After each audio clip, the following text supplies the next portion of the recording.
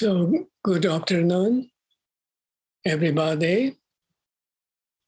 And so today is a multiple day, not only multiple day, multiplying day, but multiplying month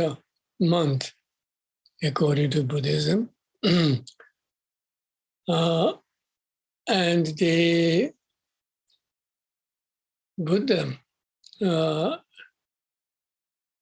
displayed miracles from first day of the calendar to the 15th day of the calendar.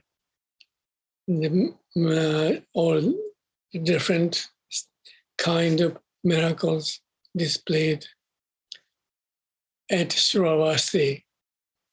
If you know that in India, where I spent almost 8-9 years near that area, not in that particular place, but I spent 9 years or something from where I stayed at Lucknow University. And so it is quite close to Lucknow, the Sravasti, where Buddha spent 24 years.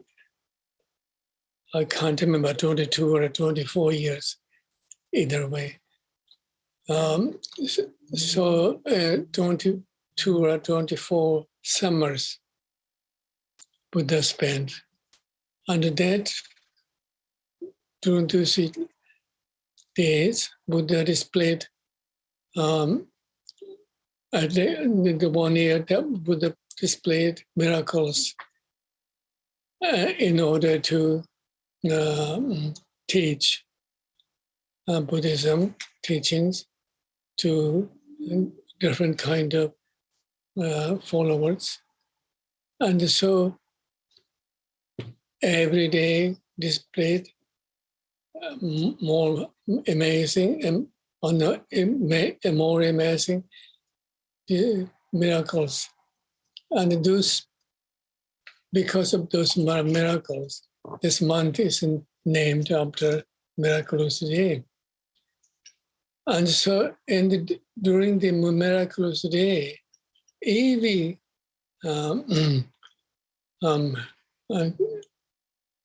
commit bad deeds or good deeds, all will multiply enormously. So that's why it is called Miraculous Day. So, so that's why today is the 15th day, the peak of the Miraculous Day. And so, in Tibet, for example, or the great Aspirations seasons, Aspiration, Molam, they do lots of from the first of the month till the 15th of the month, or they do amazing, miraculous, not amazing, enormous practices and make offerings, and those days in Lhasa they get great degrees too. For example, His Holiness Dalai Lama got his degree one of those miraculous days. So, and so that's why these days, and especially Miraculous Day, full moon day of this month, if we do anything, good deeds, good karmas, make merits we generate amazing amount of karmas, good karmas, and then multiply good karmas. So that's why today is the day, one of the peak of the miraculous day, and that's why we try to do meditations and prayers. So that's try to perform ceremonies, especially thinking, feeling, prayer, saying prayers and feeling blessings of the Buddha, Shakyamuni Buddha. So today is the full moon day of the first month according to Tibetan calendar.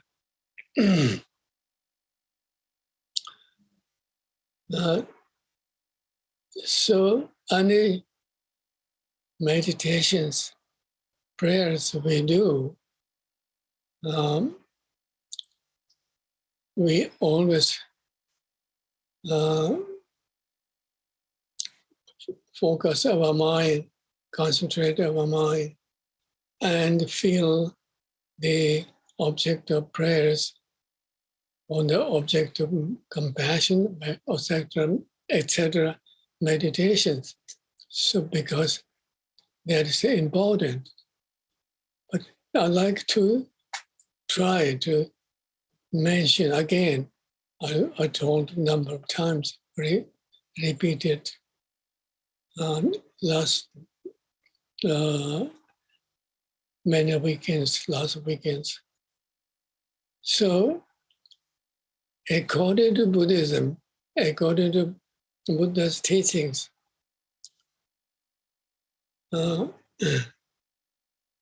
when we see a mental object, we instantly grasp at that object. What do we see? We see with grasping of the mind. And so when we see objects, good or bad, etc., we grasp, oh, there is something, mental object, good or bad, it's another thing. But the object, we grasp at it, mind attached to it, grasping it. As soon as our mental mind grasps at that object, perception becomes a dualistic object and subject. Then it will be not just seeing some sort of vaguely, but grasping at the object intensely. And then, of course, as I said, our mind becomes perception, our perception becomes dualistic. And when we break that dualistic, then we see it maybe something likable object, and we become attached to it, passionate about it. Or we see something we don't like, and we started feeling anger.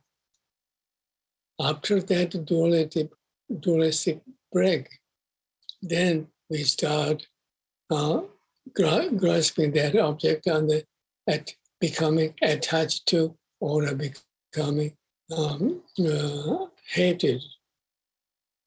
So that's started emotions, that kind of negative. This attachment is negative and hatred is negative. So that kind of negative emotions we could start. Then After that, we become very intense. Our mind becomes very intense of the attachment and dwell in that attachment. It doesn't matter whatever it is, attachment on a mental object, food, or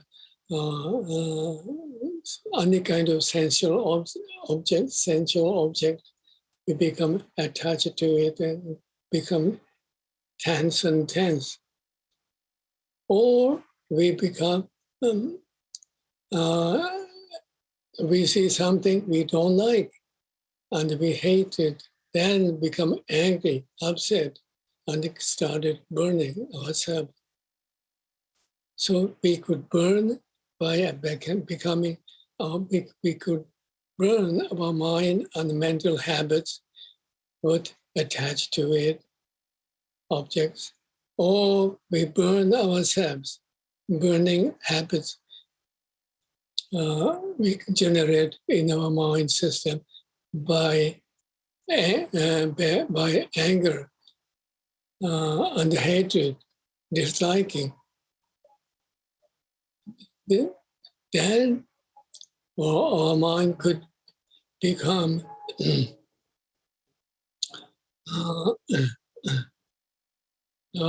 confused, like become more, of course, our mind, we mostly, for ordinary people, our mind is filled with ignorance, delusion, and then that delusion become tense and totally like falling asleep, total dark, ignorant state. So that kind of ignorance, and then could be attached to objects and become jealous. Someone is prosperous, or someone is doing well, or someone is doing something we don't like. We become jealous, and again we are burning by jealous, and we create habitual tendencies of jealous. People will always think, "Oh, I'm not jealous. I'm very nice, very smiling person." But in a way, when you look people intensely, they just come somewhere, go somewhere, and they look around, and their mind is filled with the burning of jealous. Maybe they're smiling. However, their mind, depth of the mind, there's a burning sense of jealous of this and that. So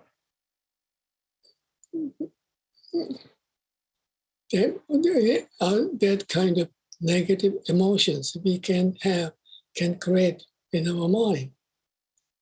If we have that kind of burning anger in our mind, I know friends, my good friends, and somehow very angry. Does whatever you talking about or thinking about, feeling about the friends, they don't think, they don't talk about, calmly, nicely, but always anger. And if you have that kind of anger, then what happens? Always like burning with anger. Then what happens? At the time of death, which death is so important. Now there's because of my health issues, energy issues, dying death is a close important issue. And so if we have that kind of close issues, then if your mind is in the habit of anger, somehow in the depth of our mind, our habitual tendencies are completely taken over by anger, burning anger. Then what happens? As soon as it dies, when again we were talking always, when we exhale and couldn't inhale, that is a cessation of breath. And then cessation of this life. And then time to transfer to the next life. And so at that kind of situation, then our mind, the habitual tendencies of our mind is filled with anger, burning like fire in a burning fire. If you feel you always this burning sensation of anger or a hatred or a dislike, then because of that habitual tendencies of anger, we will take a rebirth according to Buddhism in a hellish world, unfortunate hellish world. All is burning. So we might think, oh, who will make those fires? Who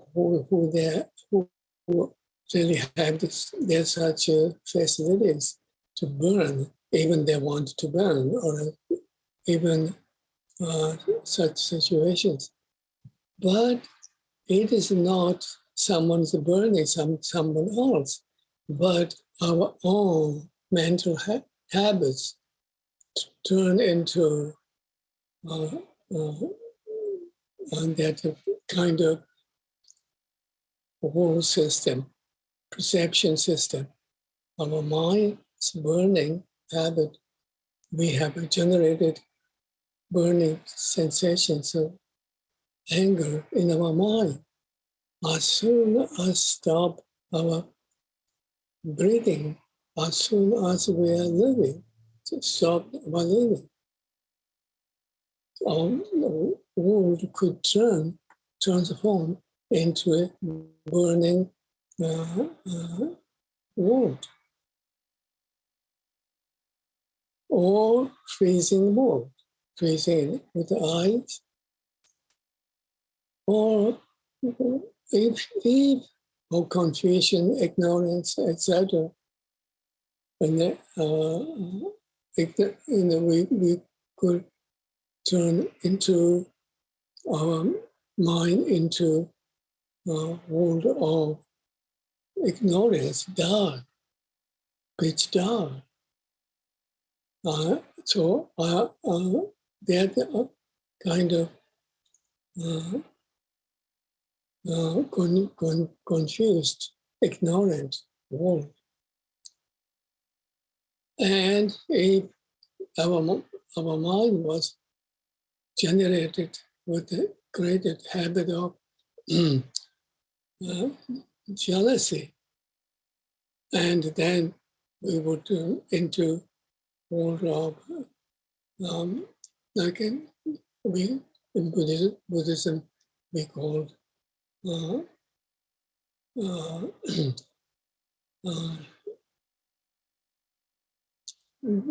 demigods. And so anyway, there's not so many kinds of sufferings awaiting. If our mind is trained into such a habit, and if we have created on killing or robbing or those things, with such a mental attitude. So that's why it is important to check our mind. Whenever, doesn't matter, whatever you're dressed as like some sort of religious person, or you are in the form of such a vicious person, doesn't matter. If we are training our mind, if we are using that mind into negative emotions, such as anger or jealousy or attachment, craving, and then not just mental attitudes and emotions, but put that into physical actions, killing, beating, and robbing, and eating alive, etc. So if we are doing mentally, emotionally, physically, such terrible deeds, then of course our world will be what? World will be a reflection of that habits, mental, physical, vocal habits of our past life, about this life. So now rebirth will be suffering, torturing the world.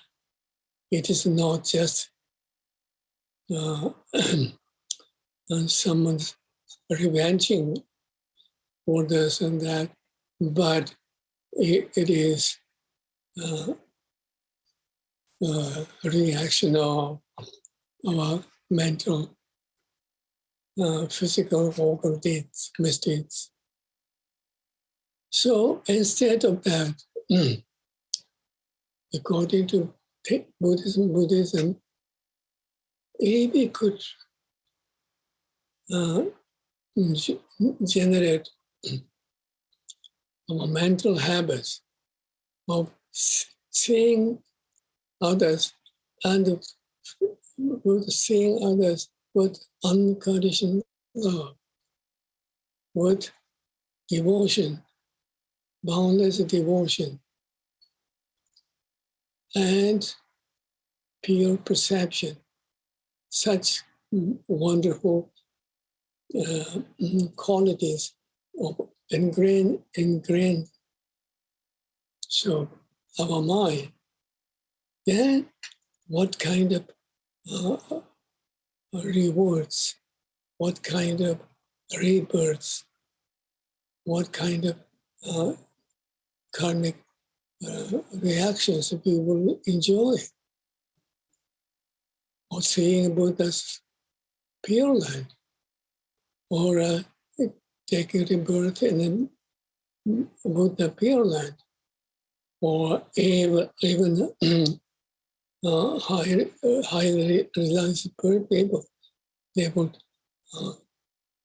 attain for the attainment of Buddhahood. So that means all the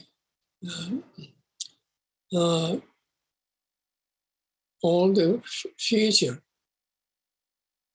let us say, after we ceased our breath and take rebirth, and that moment, taking rebirth will be into a hellish world or in a joyful world, or what kind of habits we have generated in our mind, created our mind. And so that will be our future. So that's why it is important to do spiritual trainings, meditations, practice, prayers, in order to transform our mind, mental attitude, mental perception into positive, joyful, happy, healthy, helpful lives under tendencies. The Lotus Sutra, Buddha himself taught, if you remember the Avalokiteshvara, instantly your mind becomes mind of loving kindness. So doesn't matter if it's Avalokiteshvara or any Buddha or any saint or any sage, but if someone kind, loving, compassionate person, if you think, if you feel such a person or a quality or an entity of such presence in our mind, and then if we say or do any meditation prayers accordingly, then our mind is becoming mind of thinking Avalokiteshvara, Buddha, loving kindness. And so that's why you become, instantly you will become Buddha of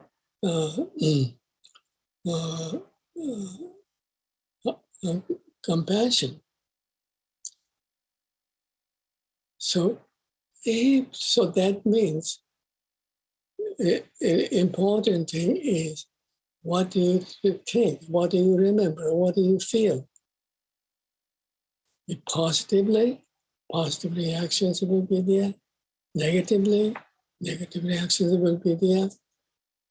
So that's why if we could remember, could visualize, and could sing prayers, etc., of remembering Buddha Shakyamuni, presence and qualities. And the presence means not just a nice statue kind of thing. Yes, that's also. But if we could see Buddha's, for example, if you visualize, and if you could see the Buddha, and the Buddha with unconditional love.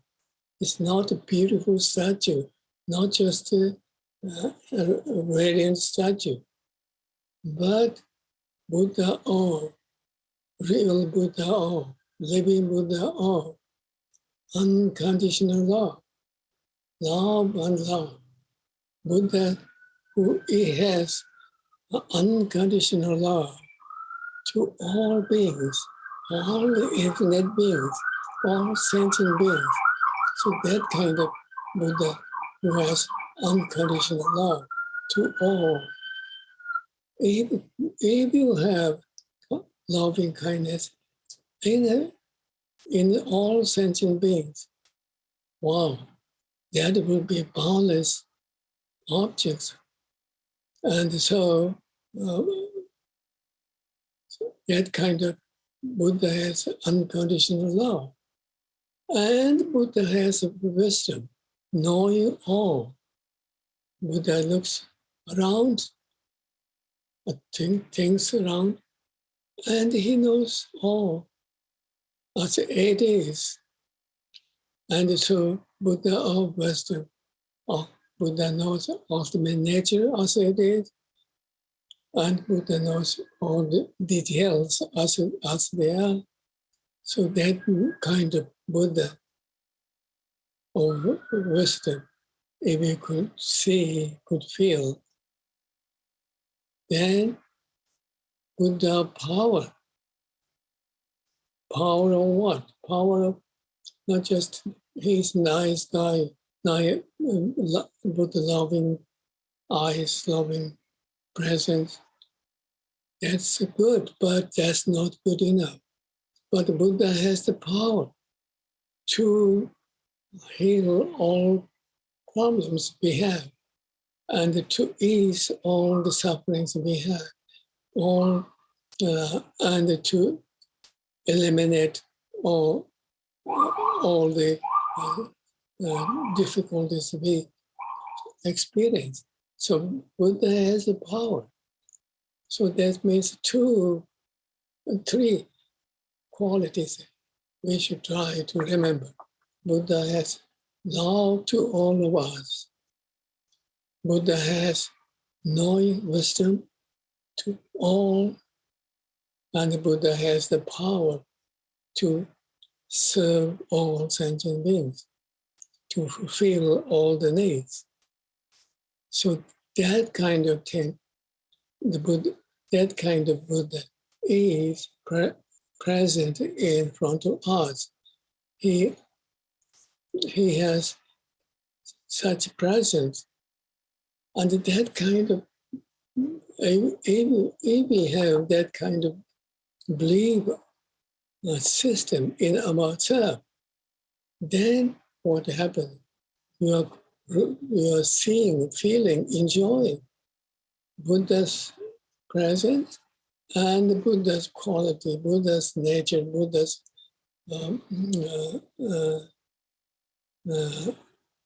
quality. So, as much as we can, we should try to visualize Buddha's. Doesn't matter if the visualization is not clear or not so-called proper. It doesn't matter. But if we have a focal point, image of Buddha, radiant, his body is body of radiant light.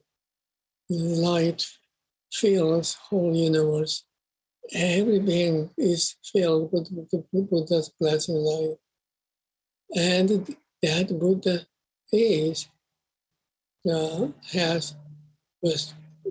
has compassion, wisdom, love, power. So that kind of thing, if we could think and feel it, and then enjoy that kind of feeling again, then Buddha's qualities, and our mind could be united. So Buddha who has wisdom, love, power, and our mind is feeling, enjoying such qualities. If they become united, then our mind is being united with Buddha's presence, Buddha's qualities. So then all the negative karmas, negative habits, negative tendencies that we have, they all will be dispelled, washed away. Instead of Buddha's qualities, Buddha's presence, Buddha's blessed light will feel our mind and mental habits, mental tendencies. So that's why it is important to try to see, visualize, and feel and trust in that Buddha has such qualities, and all sentient beings, not just our friends, our co-workers or something, but all the sentient beings in the infinite world for exist. All of them are touched by Buddha's blessings, Buddha's blessed life, and all has transformed, purified, transformed into Buddha-ness.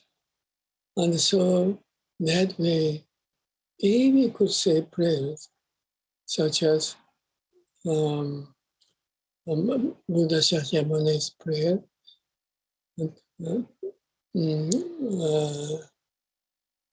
or any Buddha's prayer, any visualizations of any Buddha's form, and receiving blessings, lights from any kind of Buddha will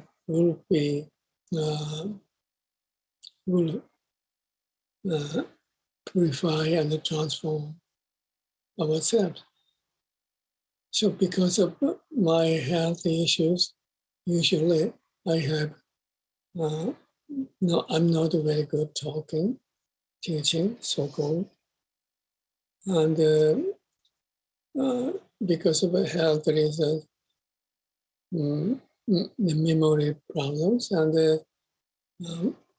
the energy issues, articulation is not functioning. However, I hope I'm trying to start, I'm struggling, trying to convey some messages of Buddha's teachings on Buddha meditation. And because of today's amazing day, powerful day, and to see a number of good friends listening. So I hope my cycling articulation is not annoying for you. And so anyway, so with the heart of devotion, unconditional devotion on Buddha, Buddha of all-knowing wisdom, Buddha of unconditional love, Buddha of boundless power.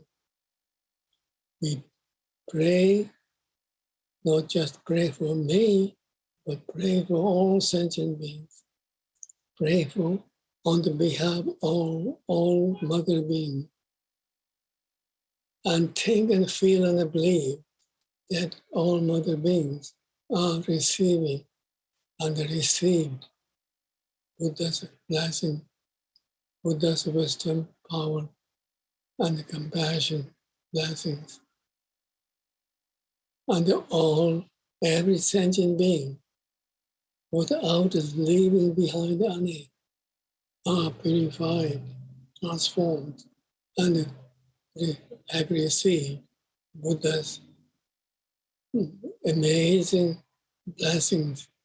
And so every being is enjoying Buddha's blessings and becoming united with the Buddha's blessings. And that means Buddha is not something separate, dualistic way, but in a way, Buddha and all sentient beings have united in the true nature, true qualities. So that way, we will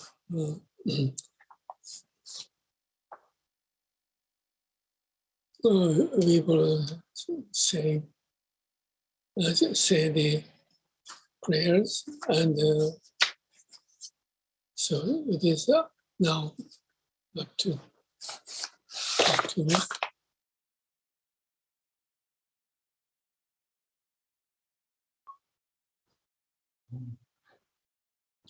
So I'm so happy to hear and to participate with the amazing, wonderful prayers and meditation.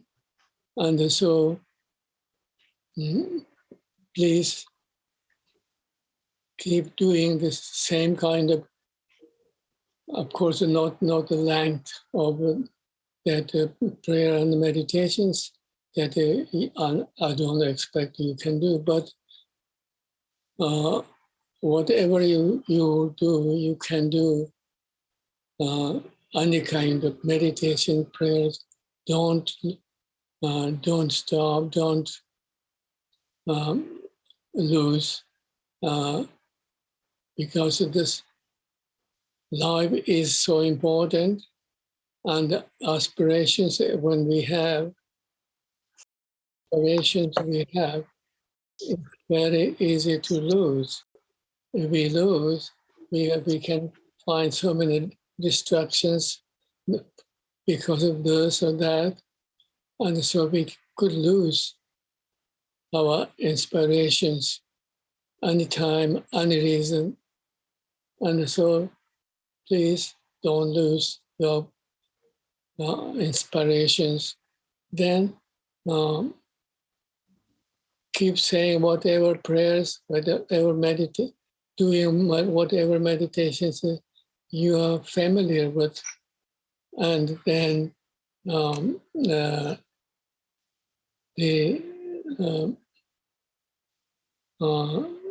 we will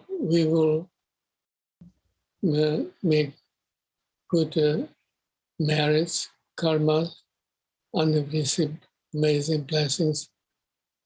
And so please try to keep doing your meditations and the prayers. And I'm happy to be part of even today's day's celebration and the Buddha's puja. Thank you.